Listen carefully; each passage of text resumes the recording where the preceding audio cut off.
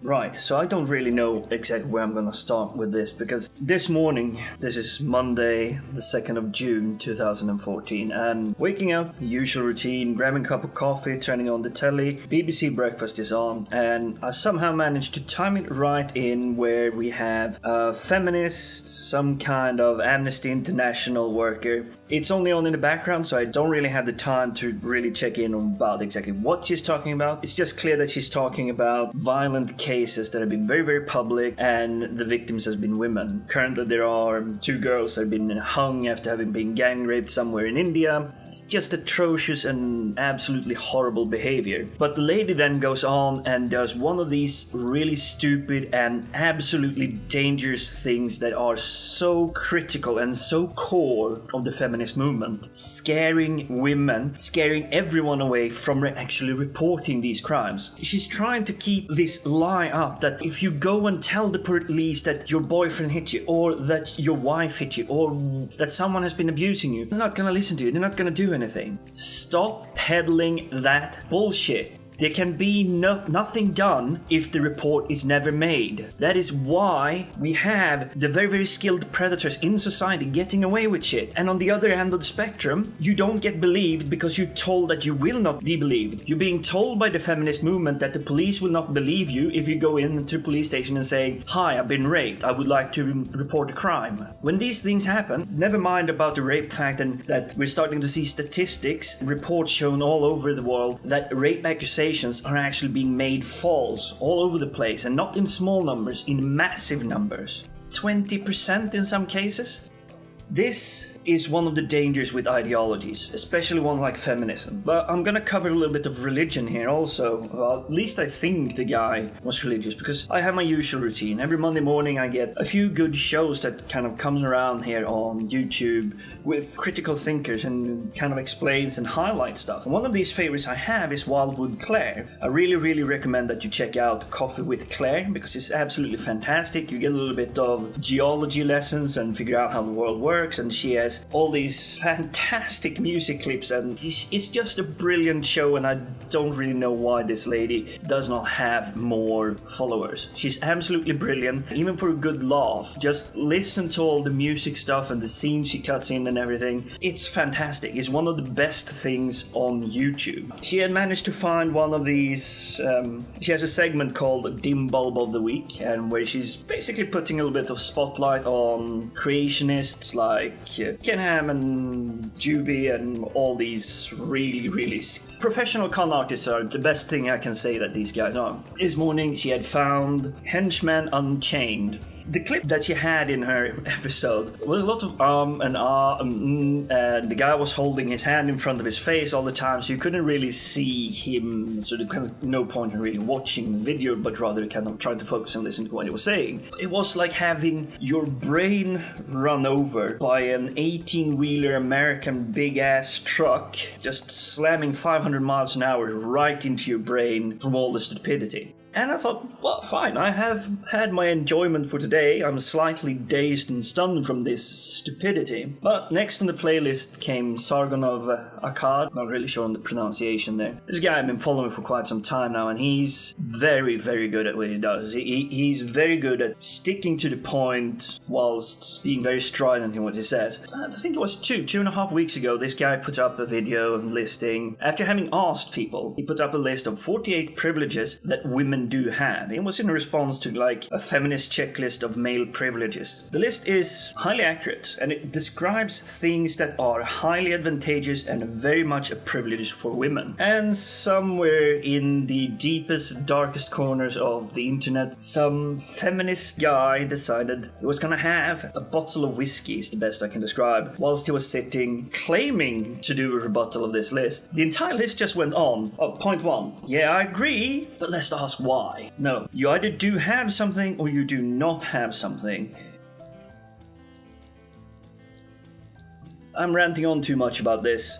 I have linked him down below, and I know my channel is still quite small, but I really suggest that you guys check these out. You'll have your mind blown, and I didn't think it was possible within the scope of just an hour to... I actually feel like my mind has been absolutely assaulted, and I do feel sorry that Sargon of Akkad had to sit through almost an hour of this feminist. Can't even describe him as that because I don't think he understands what it means. And then I feel sorry for Wildwood Claire that had to sit through that list of the henchmen unhinged. It's just been a bizarre morning. I just wanted to put the video out to point these things out. I don't really have that much to say because I'm currently in the moment of researching how the feminism or the feminist movement are basing a lot of their ideas on what they conceive to be an issue. But when they can't find that it is an issue, they invent theories and try to pass them off as scientific stuff. The thing I'm currently trying to research into, and it's hard as hell because there is really no peer-reviewed stuff going on about it, and it's the Ecriture Feminine, which is a French word basically saying something written for women or the written language for women. That is apparently a feminist theory that there is two separate languages and the same word doesn't really mean the same thing. So therefore everything we have in our culture is written by men for men, even if it's written by a woman. And I stumbled across this when there was some kind of student at the university that had received high grades for their feminist analysis of the now popular film Hunger Games. And I'm not sure if the person have actually read the book, but they're trying to base their entire article on the fact that despite Hunger Games being written by a woman, the main character is a woman, that it is a man's book. It is a book written for men, and the language used is for men. That's why the Katniss Everdeen, the main lead, the main role in this, is she's a hunter. It has nothing to do with the fact that they had an extreme tragedy. They live in a very, very poor part of the society. I can't even describe what kind of society they really, really have, but it's like you have the creme de la creme in District 1, or it's actually not the center district or something. It was a while since I read the book, but you have this tiny, tiny little proportion of the population have all the benefits, all of the goods, all of the fun and everything, and everyone else is dirt poor. It's a struggle for them to survive day to day. Now, in an accident, because they're so poor, the father in the family is the father, there's the wife, there's Katniss, and there's the little sister. So there are 3 women and there's 1 man in this family. The man has to work in the coal mine. He has to go down and work in the coal mine every single day, and there's an accident. He dies when all of them are really, really young. I think Katniss is about, 11? But she's already been taken into a little bit of what dad could do on the very few days he was available to spend time with his kids. And that is, he loved to go out hunting. Despite it being illegal in this world, he loved to do hunting, he loved to go out fishing, foraging, tracking through the woods and everything. And obviously being a child, you latch on to what your parents have as interests. That's why you see so many the same interest, or at least knowledge of areas of what your parents did. But hunting and gathering is really not a woman's role, at least if you're listening to this theory, Ecriture Feminine, and it says that, these roles are male roles, so therefore they're not really a woman's role, and therefore it's patriarchy or sexist, or look at how bad women have it because they have to be men to take care of themselves in order to survive. I'm jumping a little bit ahead here, and sorry if I'm giving spoilers to you guys about the Hunger Games. It's kind of a cruel book to read, and it highlights cruelty and unfairness and whatnot, but there is never a single point in this book that is any case for sexism or hierarchy or anything like that, or patriarchy or matriarchy. These are just circumstances. The women are just as strong as the men, and the fact that they're being both sacrificed is just showing that it's an equal society. All districts have to give up. They have to sacrifice 1 man, 1 woman. Technically it's 1 boy and 1 girl, because all of these people that are sent into the Hunger Games arenas are teenagers. They're not even adults yet. Trying to highlight that because the language is written in the male language, therefore Katniss Everdeen's choice of spending most of her teens before she gets picked for the arenas, picked for slaughter pretty much, is she's just trying to be a man.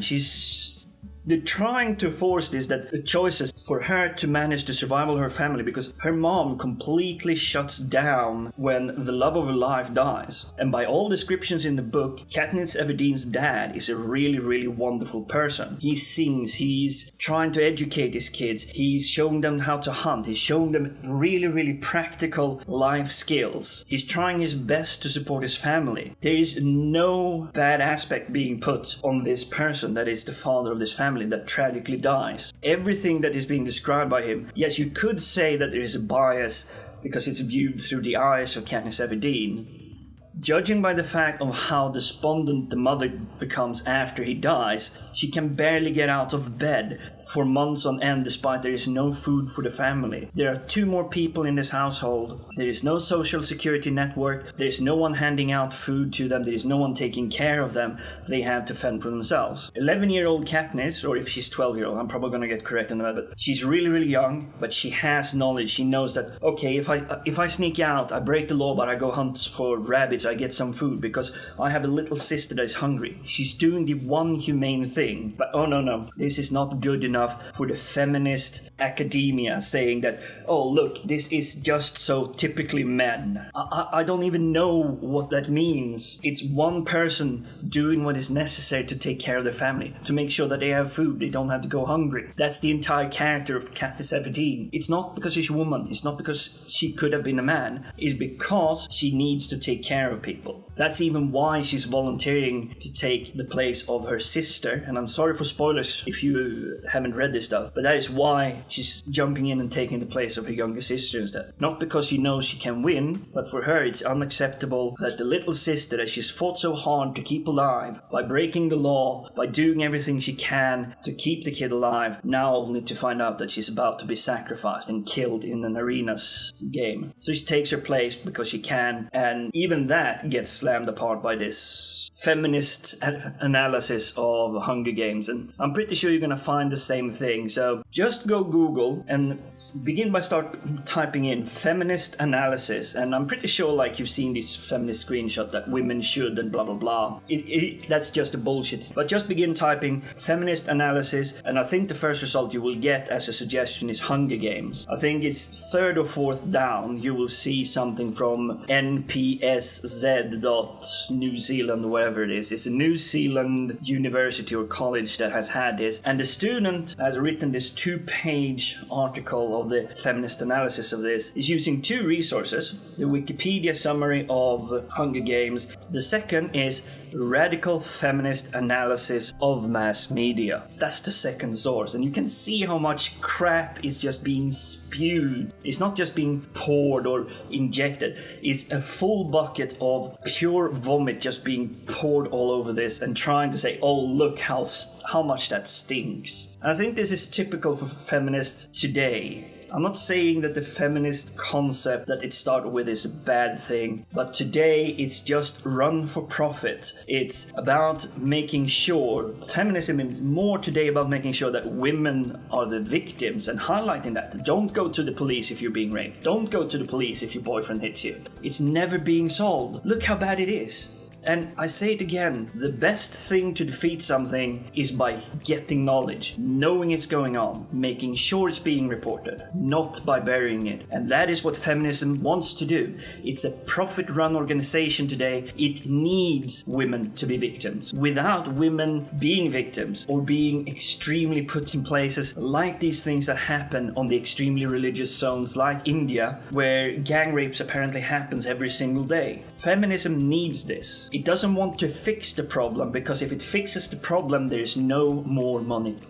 That is absolutely disgusting. I don't know what more to say. I'm going to try and dig in more to this Ecriture Feminine and see what it really means. But if you check it out on its Wikipedia article, I'll try to remember to link all of these stuff that I've referenced in this video down below. Go to Wikipedia to your best ability. If I haven't given you the link, try to type Ecriture Feminine, and you're going to see that this article has been in dispute since 2011 for lacking expert input. It has 2 flags: expert input and not enough data or something. But just have a look at it and you'll see it's just insane, guys. Thank you so much for listening, and have a nice week, guys. Peace out.